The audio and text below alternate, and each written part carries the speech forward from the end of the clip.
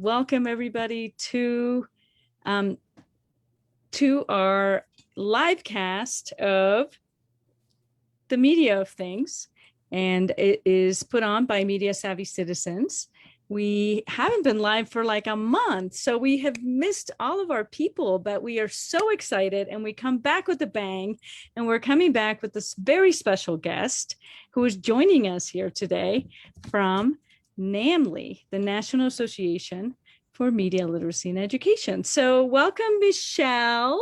How are you? Thank you so much. I'm great. Director. Yes, thanks for having me.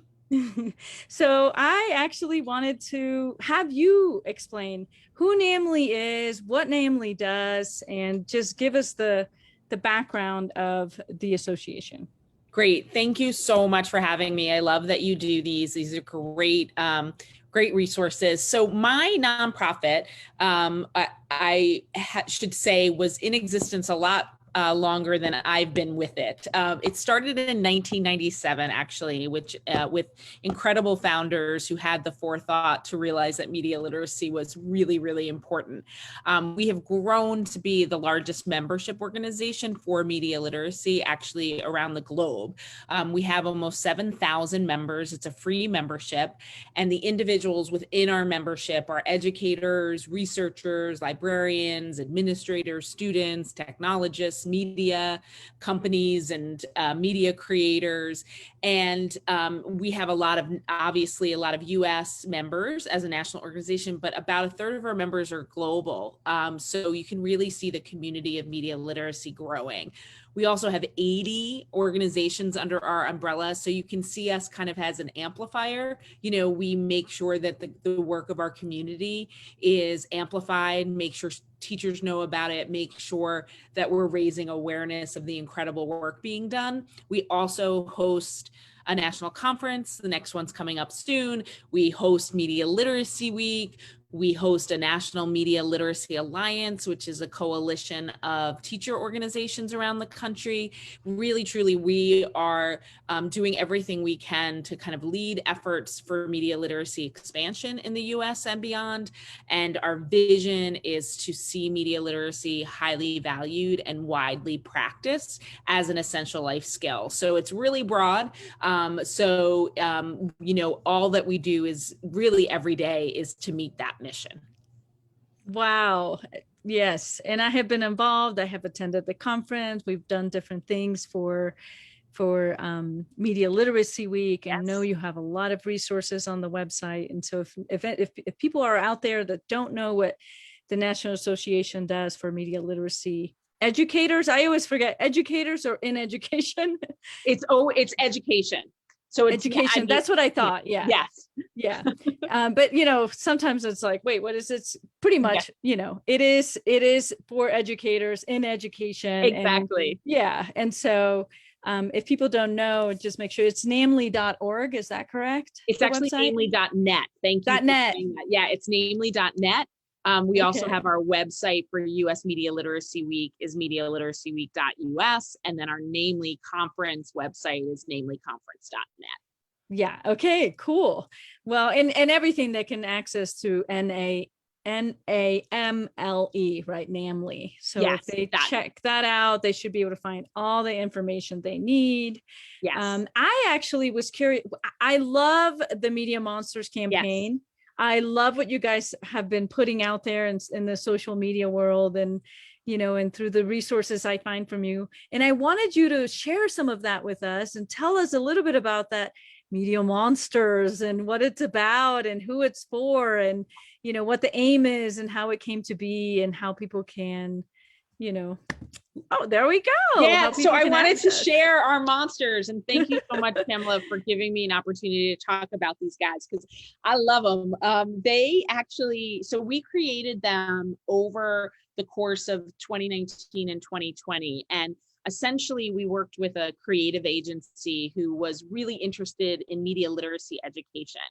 And the big question that we were tasked with was, how do we get the attention of the general public? How do we get them to think about and understand media literacy? And that can be really difficult. You know, anyone that's in the classroom, anyone that's teaching media literacy or bringing media literacy skills into their teaching knows that there's lots of different elements, right? And how do we get people that are not in the classroom to kind of wake up to see how important it was? And so the real question on our minds was, how do we distill media literacy in a way that is educational, relatable, but really moves the conversation from classroom to culture and gets people to think about their own behavior, right? So we were trying to create something that could be reflective, and that people could really think about, what is my behavior and what does it say about me? So just scrolling up, this is a page that you can find on our website.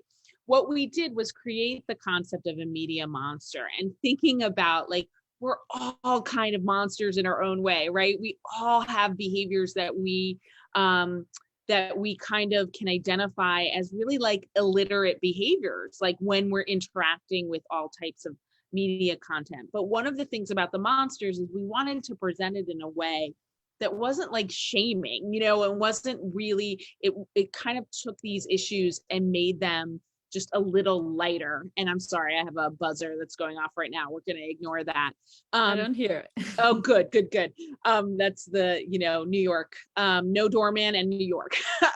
So the idea was, how can we get people to kind of reflect on their behavior and think about how they interact with information online? So we created our monsters, and I'm going to kind of walk you through the 4 that we have right now. Now, I wanted to note that we really are, this is what was our launch, and we launched during US Media Literacy Week, but we do really want to How fun.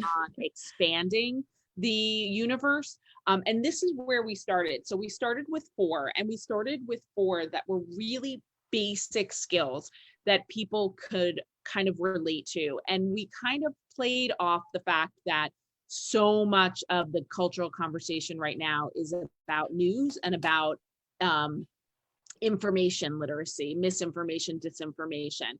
So our first wonderful monster, it was Headline Hellion. And the whole idea behind Headline Hellion was not just you read the headline and you don't read the story. That's a very typical one that we hear all the time. But it's really also that behavior that is, I just read half of an article, or I watched one segment on the news, and all of a sudden I'm an expert on something, and though we all know those folks, we all have acted that way. Like, I read somewhere that this was true or this was happening, or making a decision quickly about how you feel on a certain topic.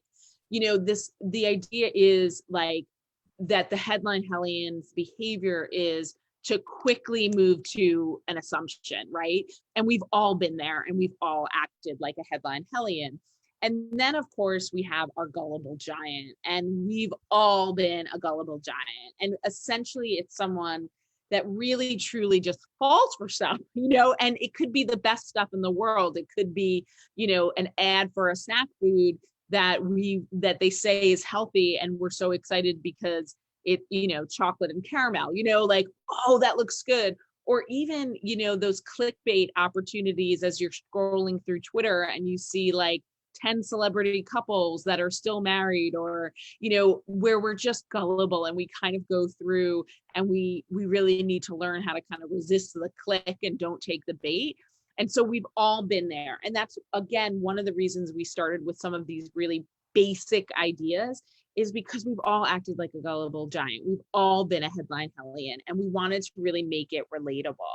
And then we have our Scary Sherry. And this is, again, behavior that we all do, where we get either really excited about something or really angry about something, or really we laugh at something and we just want to share it. And we don't really think about why we're sharing it. And we don't really even think about what happens when we do share it.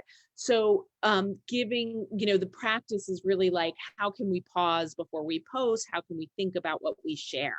And then finally, we wanted to address the behavior that, again, is very common. And that's the just gobbling up all the media that we can, right? So the Goblin was created, and this is for all of us who have trouble turning it off, trouble putting it down, and recognizing that, what, maybe you don't need notifications for every news site. Maybe you don't need your phone dinging all day. And really recognizing that kind of digital wellness. So in these first four monsters, we were really looking at issues of just common online behaviors that would speak toward a lot of what's in the cultural conversation. And as you know, talking a lot about mis and disinformation, and we're also talking a lot about balance and digital wellness. So this was our kind of creative way to get there. And so you can go to our website and you can sign up to learn more about the Media Monsters. You can also sign up for membership. It's free. And you can kind of, as a member, you'll get updates about the monsters, about all the things that we're doing. But the idea is that I'm gonna go back. I know I'm scrolling fast, but we're gonna go back to the 4 Media Monsters. But the idea is that we're really in this first part of the work. And one of the things we're exploring now is, are there ways for teachers to use these monsters in the classroom? And how can they use these in the classroom in a way that makes some of these concepts really relatable and relevant to their students? And so that's kind of what we're exploring right now. So one of the things that I want to say is, if anyone's interested in kind of with their ideas on how to do that, we'd love to hear from you. But that's kind of the next step, is recognizing that even though this was originally launched as something to get the public's attention, we're starting to realize there could be real value in these in creating materials for the classroom for teachers to use with their students. Oh, you're on mute. Okay. Well, I was drinking over here my tea and I thought, oh, they're going to hear me. So I'm just going to like mute myself. Yeah. So I apologize. I love it. Thank you so much for talking to us about these Media Monsters. And I love the idea of really expanding it out and bringing it into classes. I think that kids could really relate to. The names are really fun, and they're easy to remember because you have the G and G and H and H, yes, and the scary, so that it's fun, but yet at the same time it's teaching something and easy to remember. And I'd love to hear how it goes as far as like getting it implemented in classrooms. I'd love to try it I'll be working with some ninth graders, and would love to to see how they what they think about that. Yeah. And so I love the idea. I like the way that you explained it. It helps me conceptualize the whole entire campaign in a different way than just seeing it, than seeing little bits and pieces, because it's the whole package, right? Yeah. It's the whole thing. And it's like all of our behaviors all in one, versus like, versus just being the one behavior. And I appreciate this campaign. I think that you guys did a really awesome job. I'm curious. I would love feedback. If anybody's here with us, love to hear what you have to say about this Media Monsters campaign and the value of it, because we've all have been like that monster, like you said. We all have these behaviors, and sometimes even as media literate people tend to behave in a certain way when we're emotionally triggered, and we're maybe not being as present with our minds and like our actions, and we share things, or we spread something that might be misinformation. And so this is great. And I love what you have worked on and will continue to work on. So I'd love to see how it expands into the future. Thank you so much. Thank you for giving them some love. We love our monsters. Yes. Yeah. And so I just wanted to thank you for joining us today. I know it's just short and sweet, and usually we do these small interviews, just bite-sized pieces, so people can join in quickly and then go on their way. And we try to give you bite-sized media focused topics, whether it's in education or just media studies kind of ideas, or just the expansiveness of media and what media is, and defining media for people and demystifying media and media literacy for folks. So that's what we're trying to do with the media of things.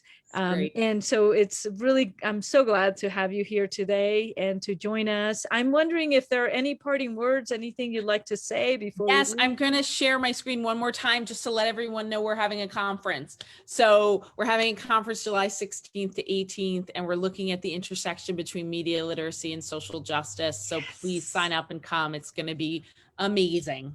Oh, this is awesome. I love your conferences and this is so exciting. And I'm looking forward to attending it I'm so and excited. to Yeah. be, no, that's okay. And I'm looking forward to attending it. And hopefully all of you would go to the website, check it out and see what the conference is about. And has it all been, the schedule been put together already?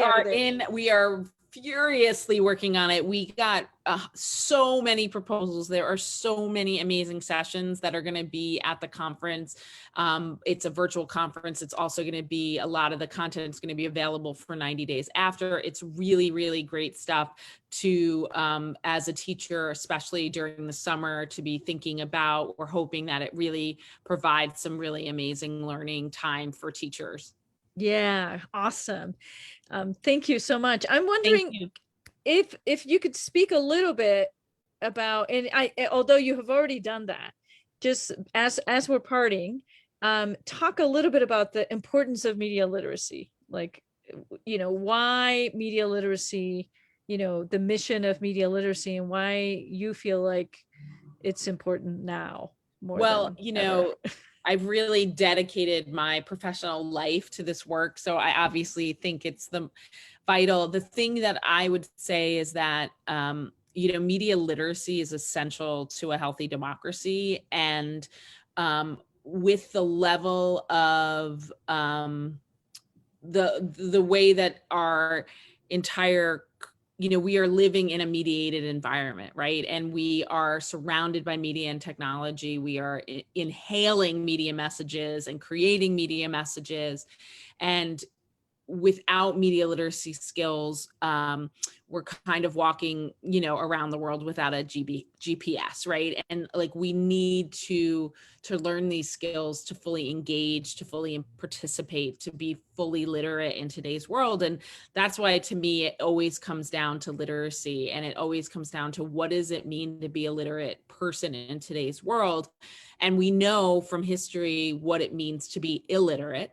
So if we think about media literacy as the skills we need to thrive in today's world, then we can see the danger of media illiteracy. And so for me, no matter what you believe in, no matter what your values are, no matter where you're from or what your history is, media is impacting you. You are impacting media and society, and we need to be smart and we need to be educated about it. Thank you. And I think that's always really good to, like, remind people, like, why we're here, why we talk about media, what media literacy is, and why it's important to just energize people. Yes. Sorry, I was like skipping, tripping over my words. Re-energize people as they're, thinking about media literacy and what they're going to be planning in the summer and into next year. Yes. And, and the importance of it. And I'm glad that you touched on the literacy of things, which is something I always talk about, because if you're not media literate, then, we are, media illiterate, right? Yeah. Which is just illiterate, because most of our lives and work is with media and technology. And to comprehend the comprehensive part, right? Mm-hmm. So we're not only reading it, but we're writing it, and that's the part. Yes. That's the literacy, reading and writing. Yes. So great. Thank you so much. Thank you so much for having me. Thank you. And thank you for the amazing work you do. Thank you. Well, be well. You too. Take care.